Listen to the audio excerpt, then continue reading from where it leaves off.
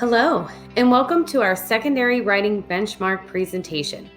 These benchmarks will be replacing the previous Lost Links assessment and will be used for your yearly Act 13 evaluations. Now, while you were soaking in the sun this summer, we were working hard to create 12 awesome writing prompts and a rubric for you and your students.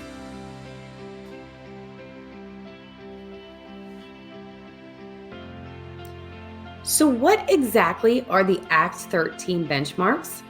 Well, I'm so glad you asked. The Act 13 benchmarks are a set of 3 benchmarks that will be given throughout the year to students in grades 7 through 12.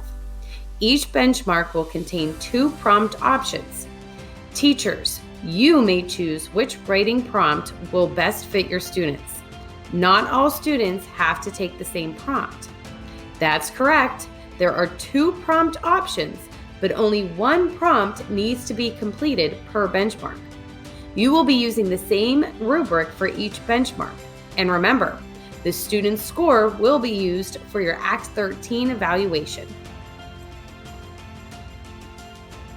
As just mentioned in the previous slide, these benchmarks will be given to secondary students in grades 7 through 12.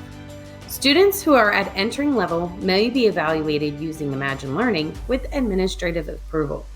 Simply talk to your supervisor about any testing option concerns. I'm sure by now that you are all asking yourselves the same question. When will I be giving these benchmarks? Well, wait no more. The first window opens on August 29th and should be given within the first week of students starting ESL instruction. The second window is from December 1st to January 13th. And lastly, the third window is from April 3rd to May 12th.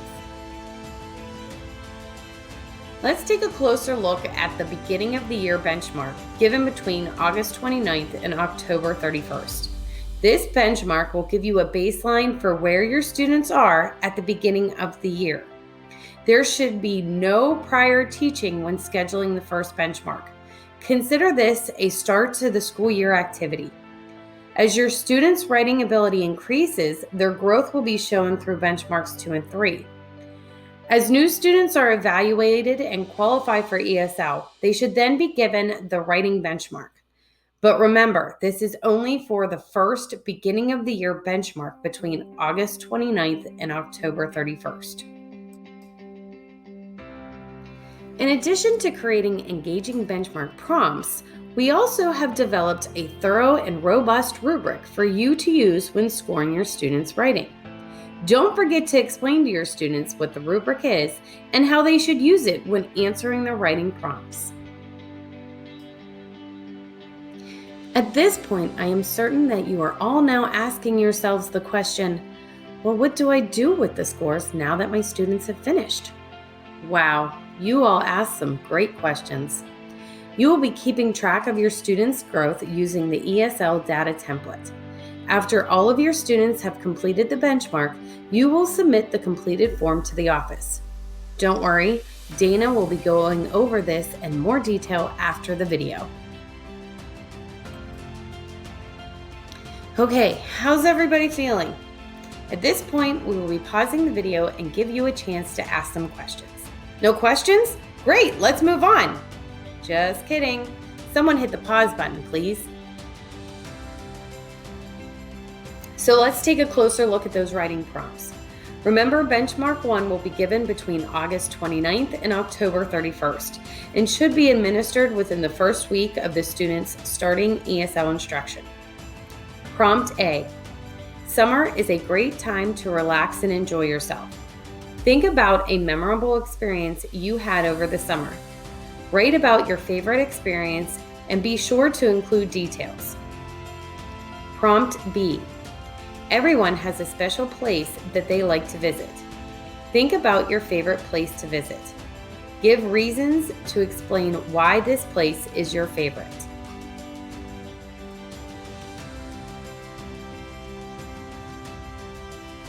As the Benchmark 2 window opens, don't forget to help your students focus on what they have learned about writing and answering prompts. Reviewing the rubric will also be a helpful activity prior to testing. The second benchmark window is from December 1st to January 13th. Now let's take a look at those writing prompts. Prompt A. Good communication skills are essential to allow others and yourself to understand information. Think about how you communicate with your friends and family. Give specific examples of how you communicate and why it is effective. Prompt B. Think about all the ways we communicate. People communicate through email, FaceTime, text messages, phone calls, etc. What is your favorite form of communication? Support your answer with specific examples.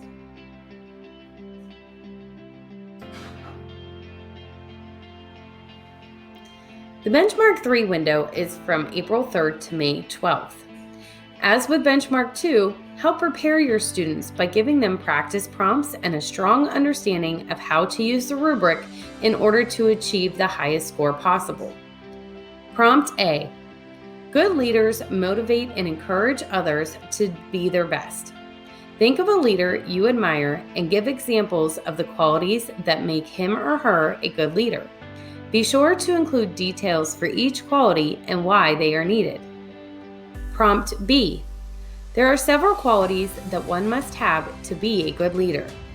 Some of these include confidence, commitment, the ability to inspire, and communicate effectively.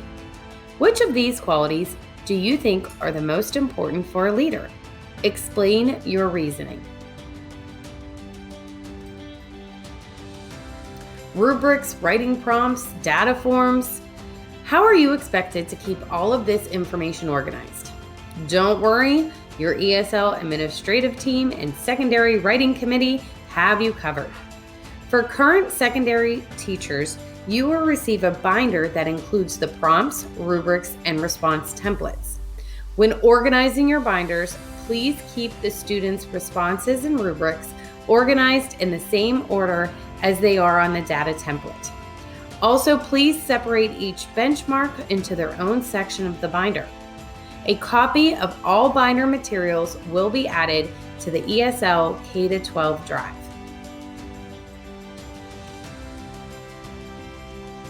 This committee would like to thank all of you for your time and attention today. We're excited to have a new school year at our fingertips. At this time, we are going to move our presentation over to Dana. Take it away, Dana.